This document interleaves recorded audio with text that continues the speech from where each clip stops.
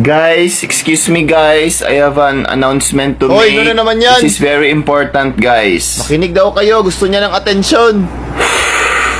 Yes, the rumors are true. Hiwalay na po kami ni Mark. Oh, tapos? And I want to make this statement official na totoo po. Nahiwalay na po kami ni Mark. Hoy, kung sino man yung nagtanong, hiwalay na daw sila.